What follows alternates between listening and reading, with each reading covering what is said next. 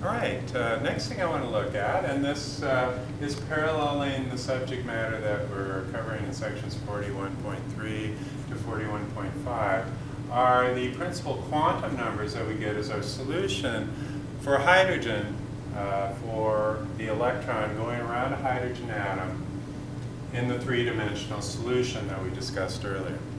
So remember that when we did the three-dimensional particle in a box, we had three quantum numbers. For each of the dimensions, we ended up with a quantum number.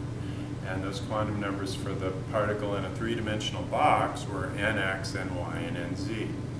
And we get that same kind of mathematical connection between the solution in spherical coordinates to the Schrödinger equation and the three quantum numbers which define the possible ways that the electron can exist in orbits around the hydrogen atom. And so these correspond to what we call our N, L, and M sub L quantum numbers.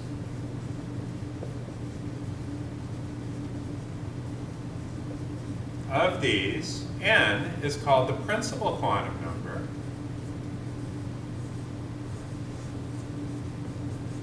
And this is the same one that we've looked at before to define with the Bohr atom the energy of the nth orbit, E equals minus 13 point z over n squared.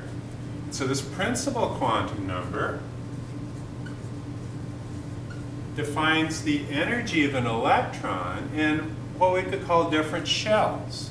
Okay? And so the electron can be thought of as being able to exist in this shell here, n equals 1, with an energy of minus 13.6 eV, or in this shell, the n equals 2 shell, just like in the Bohr atom, but now it's a probability of existing at points that have a highest value at a particular orbital radius, but can still exist most anywhere else. So we can see up on the data projector a solution for n equals 2. And these are a couple of solutions that correspond to other values of the quantum numbers. But we'll notice here that the n equals 2, L equals 1 state has a peak value for the probability. That's around R equals maybe 4 or 4.5 A naught. And then we have, for other values of n equals 2 that have different quantum numbers, we have a radial distribution that peaks out at 1 A naught and also peaks out around maybe something like 6 A naught here, but has a 0 probability here. And so these different values for the quantum numbers can give rise to different radial probabilities. So we can see what this would correspond to with a atom that has radial symmetry to the electron probability distribution. For n equals 2, L equals 0, and M sub L equals 0, we have a higher probability of finding it closer in than no probability of finding it between those 2 points. So we never find it in here, have a higher probability of finding it in here, and then another probability of finding it out here. So we can see how that works here. We see more probability in here, then less, then more again, and then slowly dropping off to less. So this is where you would actually find the electron in multiple measurements of the wave function, is you'd find it in places where it had the highest probability of being most often. Okay. And so that's the associated then with the n value. And so we have different shells, but it's not as simple as just saying that the electron is always at one distance away, because it has a probability of having a more complicated kind of a mathematical distribution. And so if it's more complicated, then why are we using it? Well, because it seems to define the structure of the periodic table. And so that is a huge breakthrough then, to go from the Bohr atom, which only works for hydrogen, to the solutions to the Schrödinger equation, which are defined by these different quantum numbers that give us essentially the structure of the periodic table, the structure of matter, all the way up to heavier elements. Okay, so n then can take on any integer value. It can be 1, 2, 3, ... And each one of these increments in n corresponds to what we call a different shell. And so in terms of the periodic table, let's just go back for a second to the periodic table on the data projector. You can see that if we have an n equals 1 shell, that corresponds to the first row on the periodic table. The n equals 2 shell corresponds to the second row. The n equals 3 shell corresponds to the third row. The n equals 4 shell also has some 3 shell contributions, and so things start getting a little harder to understand when we get to here. But at least for the first 3, we can very simply think of these n values, these distinct n values, as being the kinds of elements that can exist in these different shells. So in the n equals 1 shell, sometimes you call that the k shell. The n equals 2 shell is sometimes called the L shell. N equals 3 called the M shell, etc. And so this is kind of a chemistry notation, but it's one that's also used in physics. And so the next quantum number that we need to understand is L. And this is called, for reasons that I'll explain a little later, the angular momentum quantum number.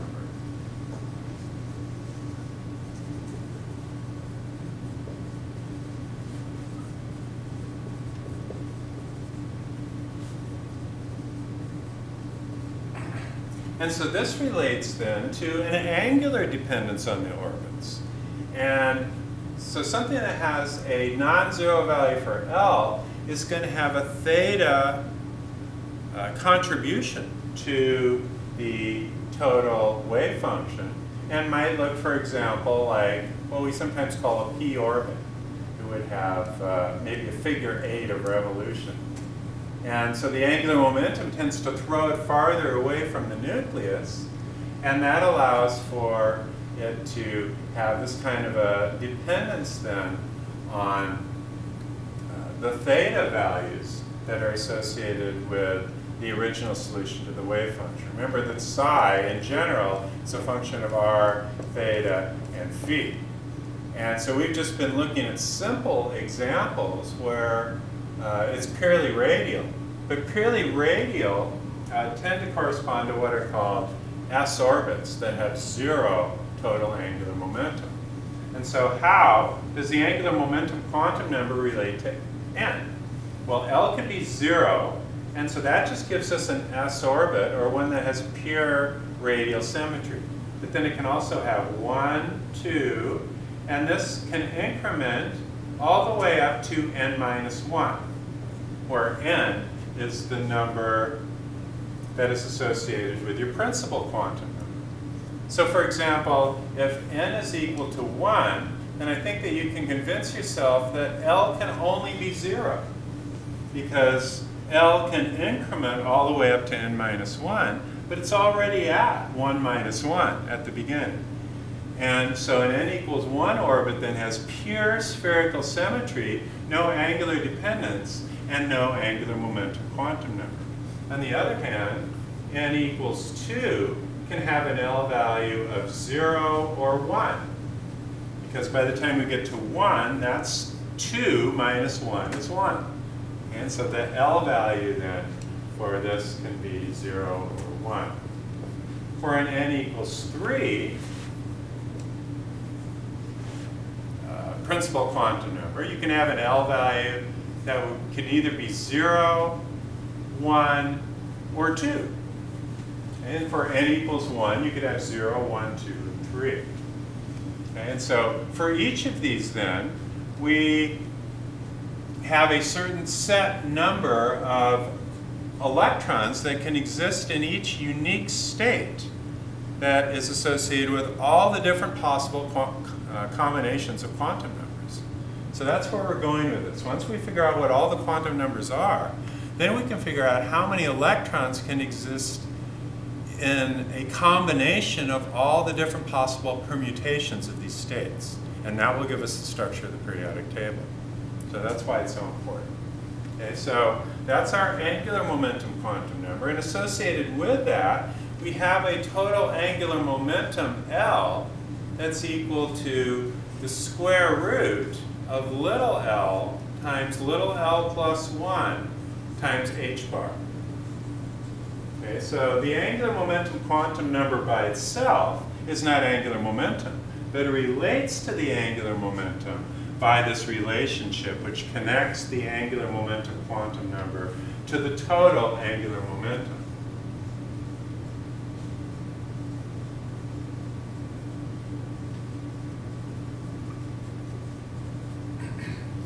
Whereas here, we say that the n value, that's the principal quantum number, isn't the same thing as the energy, but it's related to the energy by this mathematical relationship. So this relationship gives us the total energy in terms of the different values for n that can exist. And this relationship gives us the total angular momentum for the different values of L that can exist in a given atom. And then we have a third quantum number, which is called m sub L. And m sub L is called our z component of angular momentum quantum number.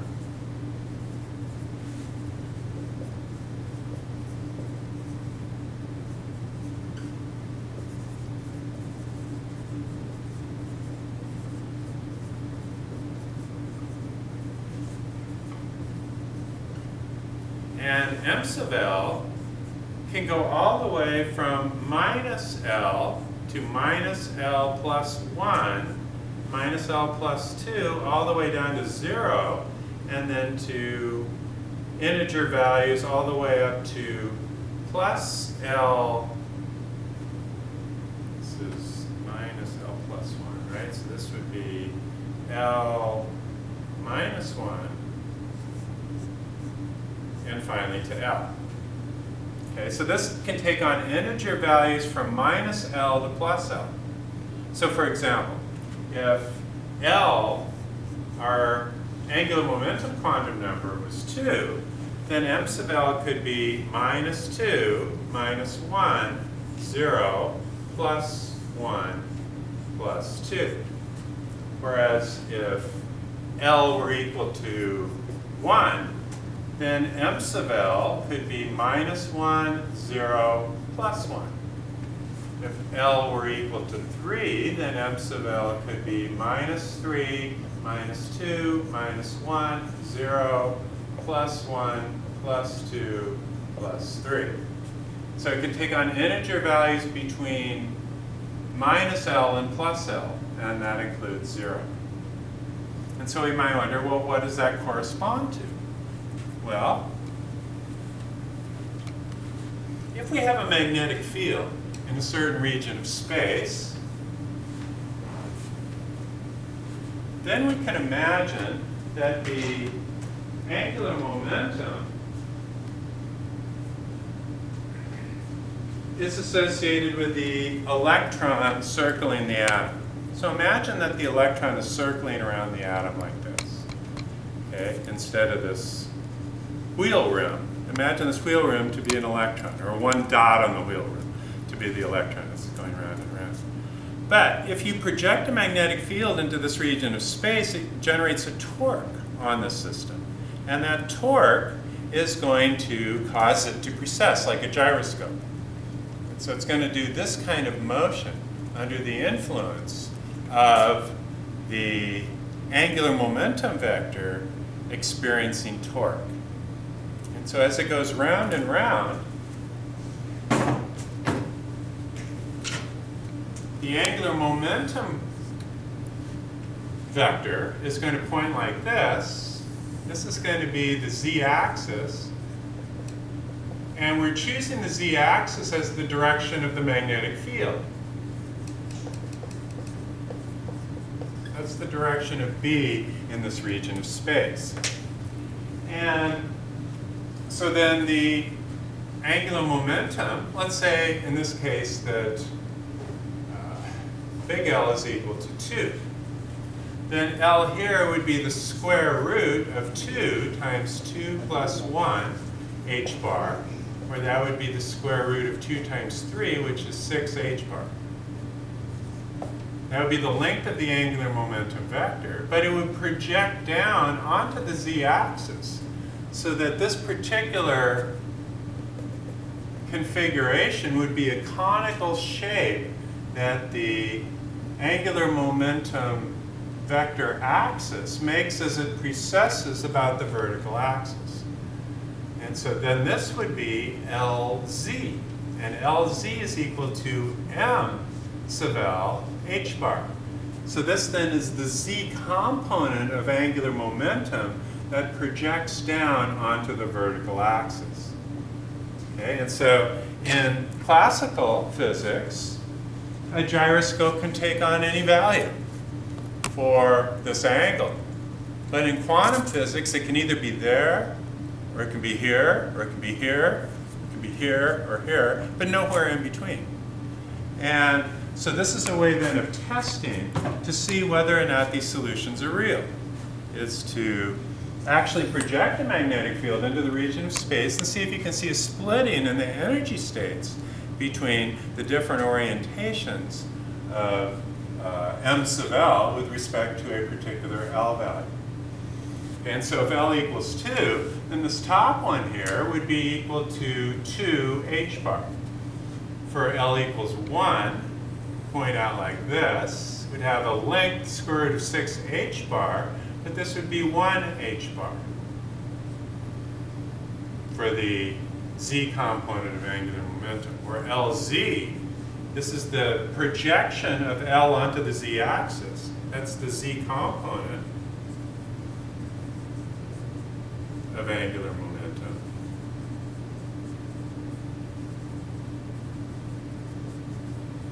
Is equal to m sub L times h bar. Okay, so m sub L, recall, can take on any value between minus L and plus L. And so for 2 then, m sub L can be 2, 1, minus 2, minus 1, 0, plus 1, plus 2. So here we've got 2 h bar to here, then this projection is 1 h bar, and L that is just going horizontally like that projects to 0 h bar. And then one that's pointed down like this would correspond to minus 1 h bar.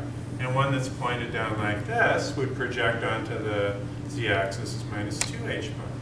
So these are the different orientations of the rotational axis of the electron that can exist. And they can be separated from each other by projecting that region and projecting a uniform magnetic field into the z direction, into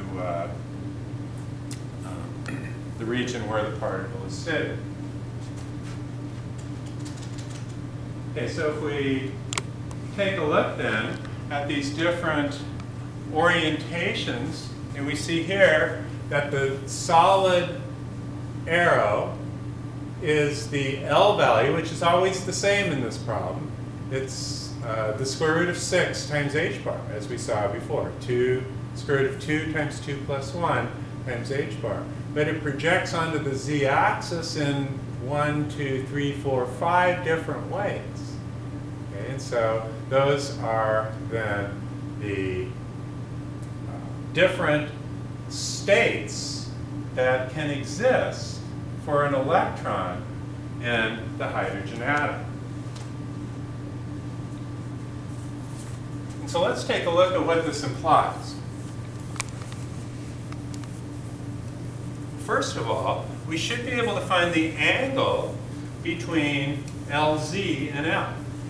So let's do this for L equals m sub L equals 2,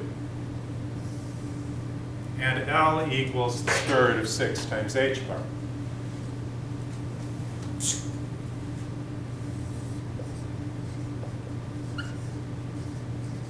So m sub L is 2, and so therefore LZ is 2h bar.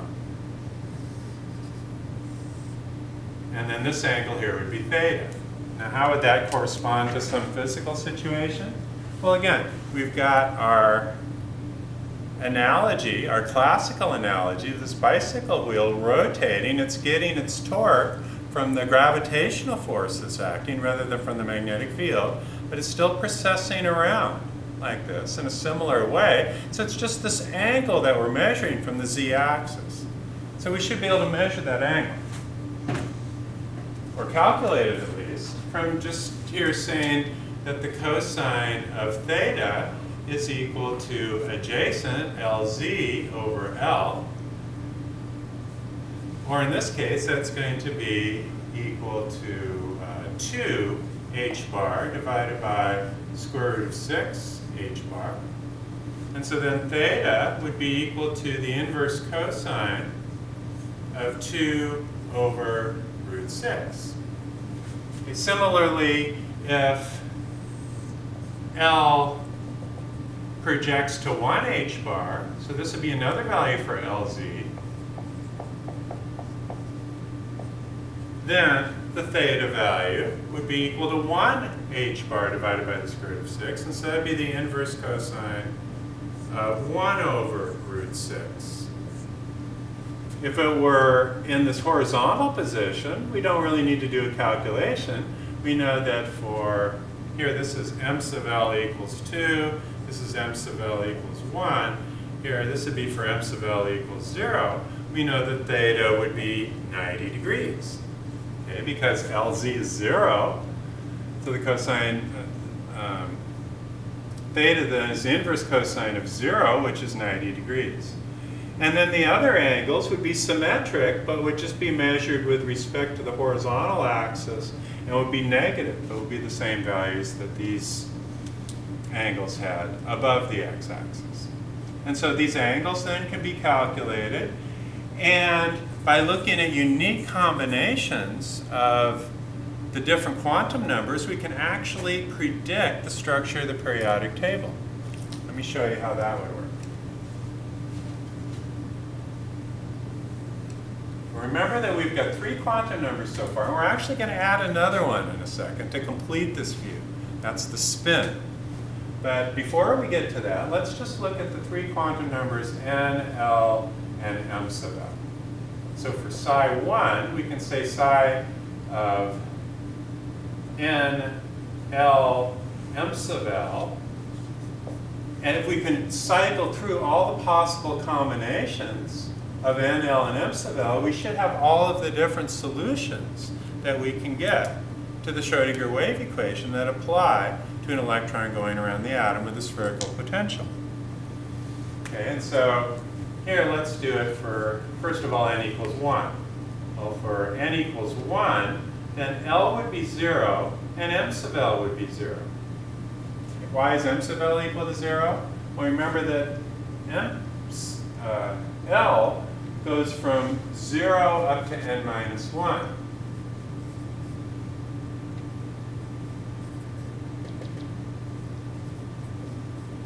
Okay, so if we're at n equals 1, then L has to be 0, but m sub L goes from minus L to plus L.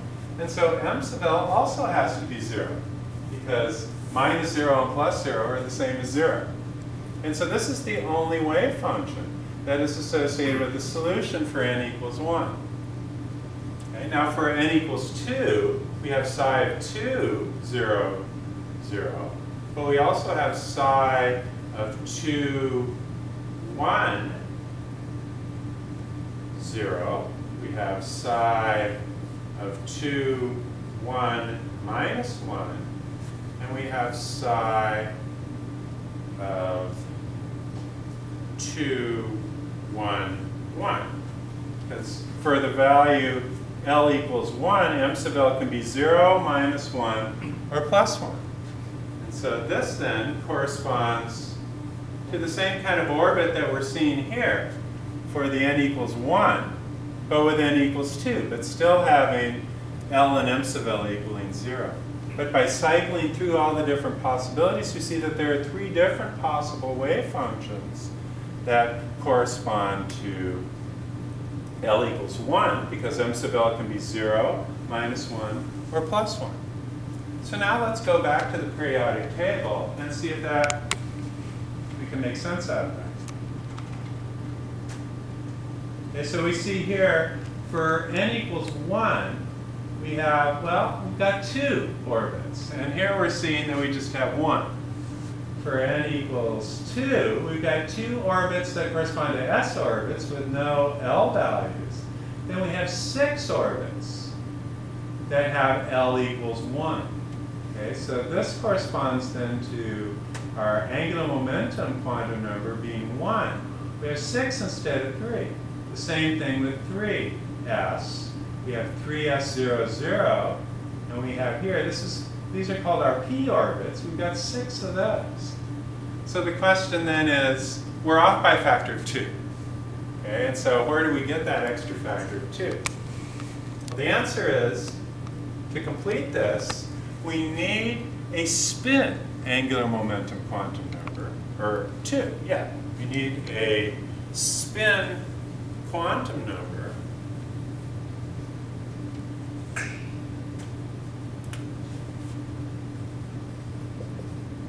and that becomes our 4th quantum number.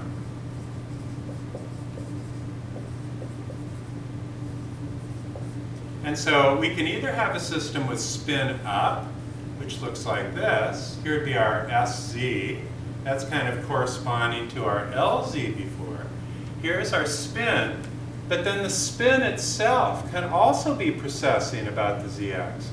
So not only do we have the orbital angular momentum, but we've got the electron spinning on its axis that can also precess about the z-axis. Now our spin angular momentum quantum goes like this, S capital is equal to small s times s plus 1 times h bar. And so that's equal to, if little s is always 1/2, and doesn't vary from that. In other words, there's just one state of either plus 1/2 or minus 1/2, essentially. Then this becomes the square root of 1/2 times 1/2 plus 1 times h bar. Or that becomes 1/2 times 3/2 is the square root of 3/4, or the square root of 3 over 2 h bar. So our spin angular momentum vector is just something that is perpendicular to the spin axis of the rotating electron, rather than the electron going around the nucleus. And it has similar kinds of relationships to the ones that we got for the orbital angular momentum. Okay, but it also projects onto the z-axis as SZ equals plus or minus m sub s h bar, where m sub s is equal to 1/2. Okay, so this becomes either h bar over 2, or when it's down in this configuration, it can project down onto the z-axis as minus h bar over 2. So those are the 2 spin states that we can have. And so this one is called spin up, and this one is called spin down, because under the influence of a magnetic field, you could pick out the spin up as being separate from the spin down. And so this gives us one more quantum number here, m sub s, where m sub s can be equal to plus or minus 1/2. And so here we go then. We have psi 0, 0 plus 1/2, that's a spin up electron. We have psi 1, 0, 0 minus 1/2. That's for a spin down electron. And so this then allows us to have 2 1s orbits, one for hydrogen and one for helium. And then we can do the same thing with the 2s. We can go to lithium and beryllium. So this is psi 2, 0, 0 plus 1/2, and psi 2, 0, 0 minus 1/2. So that then becomes our This is our 1s2 orbit, so we can call that, because there's two, not squared, but two electrons in the 1s orbit. One can be in a spin up state and one can be in a spin down state. This will be our 2s2, because you can also have two electrons in the spin up and the spin down state that correspond to zero angular momentum. And so those correspond then in our periodic table structure to lithium and beryllium. But then here we can have double the number of permutations, because unique combinations of the quantum number can also be reproduced for +1/2 and for -1/2. So that doubles these. 2, 1, -1, -1/2. This is +1/2. And this would be 2, 1, 1 +1/2. This would be 2, 1, 1 -1/2. So this then completes the structure of the orbits and gives us what we call 6p orbits. So we have two, so we call this 2p6, where s is an L equals 0 quantum number, and p is an L equals 1 quantum number. And what do our p orbits look like? Well, on the periodic table, they just look like these elements that are going here from 5 to 10, and from 13 to 18, and also these down here, they go from 31 to 36. All of these are p orbits here. And there's 6 of them per row. So for each value of n, there is a whole set of L values that we can get for different values of m sub L. But we're also including spin in this. And so where does the spin come from? If that wasn't an original solution to the Schrodinger equation, did we just make it up because we knew that it had to be there? No. A very famous physicist, P.A.M. Dirac, back in 1930, solved the relativistic Schrodinger equation. So remember that our Schrodinger equation is non-relativistic. It's just kinetic energy is p squared over 2m plus potential. But if you write it as relativistic kinetic energy, you end up with p squared c squared plus m naught squared c to the 4th, and then the energy is the square root of that. And so good luck trying to factor that to get an expression that you can separate out the momenta from the rest energy terms. But Dirac was able to do it with 4-dimensional imaginary matrices. So this guy was a real amazing genius, and what he got from his mathematical analysis was a 4th quantum number by solving the relativistic Schrodinger equation. And that quantum number was ended up being, although it's more abstract than just regular quantum mechanical spin, it is in fact it's the analog of it. It acts like spin.